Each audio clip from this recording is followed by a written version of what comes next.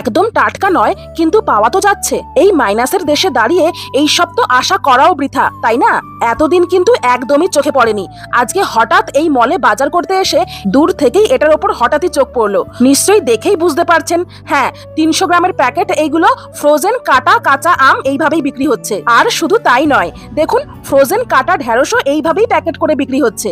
এই 315 গ্রামের প্যাকেটটার দাম $1.49, মানে প্রায় 100 টাকার কাছাকাছি, যা এখানে নরমাল ঢেঁড়সের থেকে অনেকটাই কম। আর এই 300 গ্রামের কাঁচা আমের প্যাকেটটার দাম $1.99, মানে প্রায় 130 টাকা।